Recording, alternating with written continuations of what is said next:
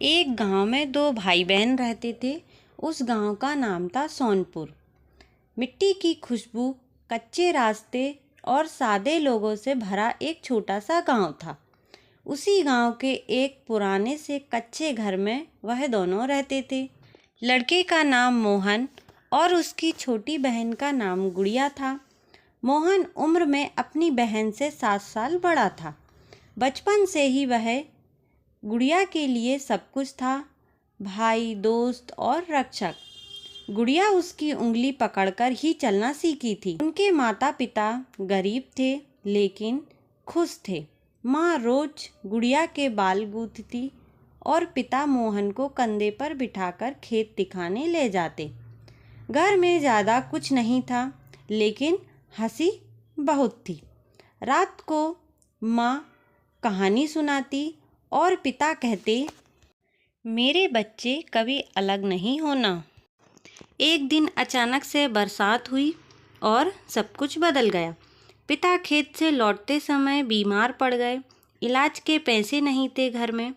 कुछ दिनों बाद माँ जी की हालत देखकर भी सदमे में चली गई। कुछ दिनों बाद माँ की हालत और ज़्यादा खराब होने लगी और पिताजी के साथ साथ माँ भी चल बसी।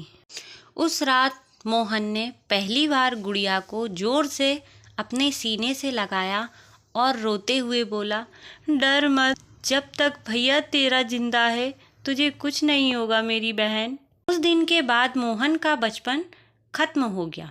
कम उम्र में बड़ी जिम्मेदारी आ गई। मोहन ने स्कूल छोड़ दिया।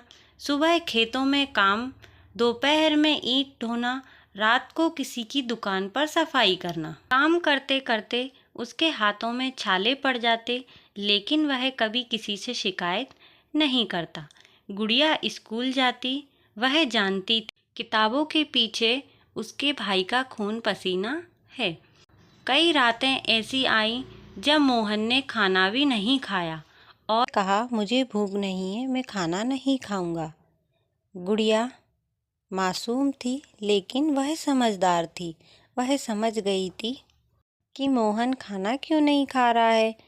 एक दिन स्कूल से लौटकर गुड़िया बोली, भैया मैं अब रोज दूध नहीं पीऊंगी। मोहन घबरा गया, बोला क्यों? वह बोली, आपके लिए बचा लेंगे भैया। मोहन गुड़िया की यह बात सुनते ही बच्चों की तरह रोने लगा। कुछ दिनों बाद उनके साथ समाज वाले रिश्तेदार भी तरह तरह की बातें करने लग गए। लड़की को कहीं काम पर लगा दो या जल्दी शादी कर दो। मोहन ने गुस्से में कहा, मेरी बहन कोई बोझ नहीं है मेरे ऊपर। गाँव के लोग भी उसका मजाक उड़ाते और कहते, इतनी गरीबी में भी सपने देखता है।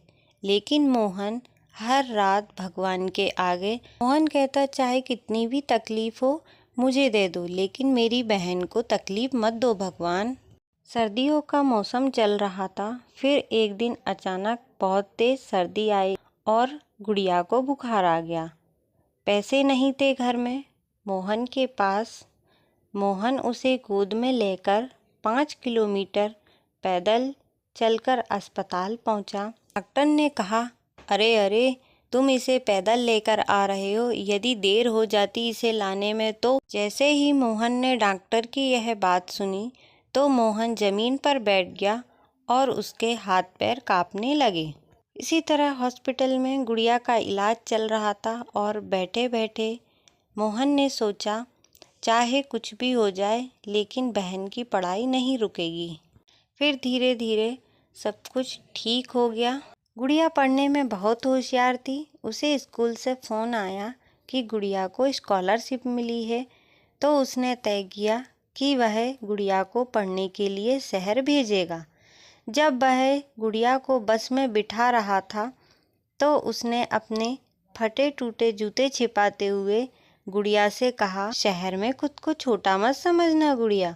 मोहन की यह बात सुनते ही गुड़िया की आंखों में आंसू आ गए और गुड़िया मोहन से लिपट पड़ी और लिपट कर बोली, भैया मैं सब ठीक कर दूंगी। गुड़िया के शहर जाते ही मोहन अकेला हो गया था।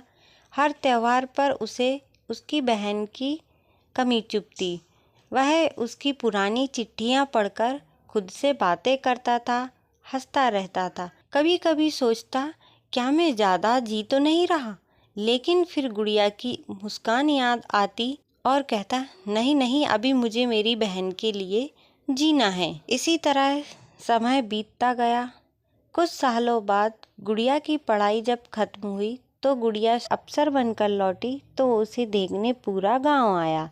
लेकिन उनकी यह खुशी ज़्यादा दिन नहीं टिकी, क्योंकि मोहन को कुछ जांचों के बाद पता चला कि उसे कुछ गंभीर बीमारी है और वह फिर से बीमार हो गया। गुड़िया उसके सिरहाने बैठी। मोहन धीमी आवाज में बोला, यदि मैं ना रहूं। गुड़िया बस इतना ही सुनकर रो पड़ी और बोली, नहीं नहीं भैया, ऐसा कुछ मत कहो आप। ना कहकर गुड़िया दोनों एक दूसरे से लिपटकर रोने लगे। इलाज बहुत लंबा चला। गुड़िया ने अपने काम की छुट्टी ली कुछ दिनों के लिए और वह मोहन की देखरेख में लग गई। ऐसे देखते ही देखते मोहन बिल्कुल ठीक हो गया और मोहन गांव के बच्चों को पढ़ाने लगा।